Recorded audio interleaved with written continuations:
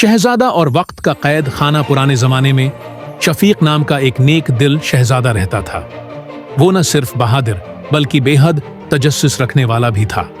एक दिन वो महल की लाइब्रेरी में एक कदीम सुनहरी घड़ियाल देखता है जिस पर प्रासरार निशान बने होते हैं। लाइब्रेरी के महाफिज ने उसे खबरदार किया कि ये घड़ियाल एक जादूगर की तख्लीक है और उसे छेड़ना खतरनाक है, मगर शहजादे की जुस्तजू ने उसे रोक न सका। जैसे ही शहजादा घड़ियाल को घुमाता है, अचानक तेज रोशनी कमरे को लिपेट लेती है और वो एक अजीब सुनसान कैद खाने में जा पहुंचता है।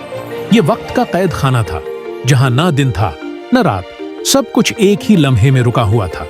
पत्थरों की दीवारें घड़ियों की टकटक से गूंजती थीं, लेकिन सुइयां हरकत नहीं कर रही थीं।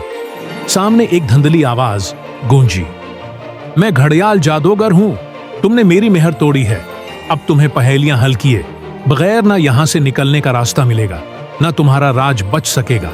हर पहेली वक्त को थोड़ा आगे बढ़ाएगी। एक कमरे में पहुंचा जहां हजारों घड़ियां अल्टी सीधी टुक टुक कर रही थी।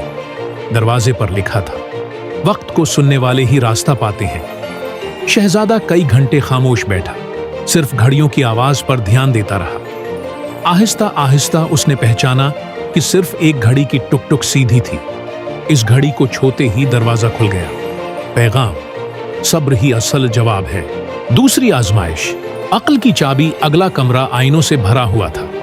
हर आईने में शहजादे के कई रूप झलक रहे थे।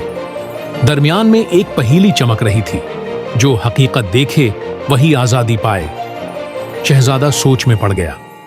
उसने हर आईने को गौर से देखा और समझा कि सिर्फ एक आईना उसका अक्स अल्टा नहीं कर रहा। उसके अंदर कदम रखते ही आईने गायब हो गए और एक सुनहरी चाबी हाथ में आ गई। पैगाम, अक्ल से हकीकत को पहचानो। आखिरी आजमाइश, कुर्बानी का पल। तीसरा और आखिरी कमरा एक बड़े पल पर था जिसके नीचे अंधेरा फैला हुआ था।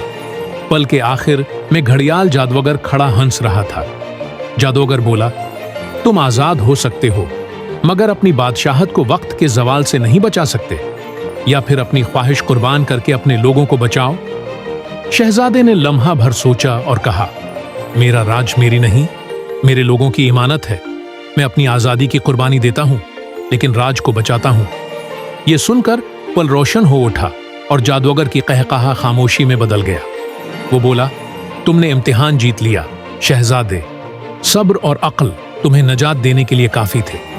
घड़ियाल चमका और शहजादा वापस अपने महल की लाइब्रेरी में आ खड़ा हुआ। उसके हाथ में वही सुनहरी घड़ियाल था, मगर अब उसकी सोइयां दरस्त वक्त दिखा रही थी। इख्तिताम, शहजादा शफीक ने न सिर्फ अपना राज बचा लिया, बल्कि सीखा कि सब्र और अक्ल हर मुश्किल का असल हल है।